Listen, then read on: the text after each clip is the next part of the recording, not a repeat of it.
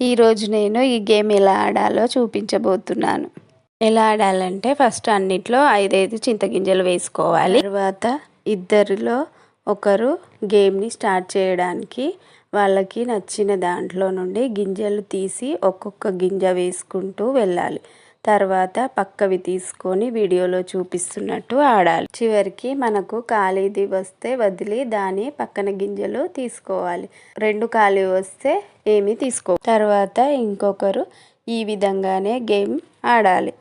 మధ్య మధ్యలో గింజలు వేస్తున్నప్పుడు 4 గింజలు వస్తే అవి ఆవంటారు. అవి మనం తీసుకోవాలి. అలాగే చివరి వరకు గేమ్ ఆడుకుంటూ వెళ్ళాలి వీడియోలో చూపిస్తున్నట్టు.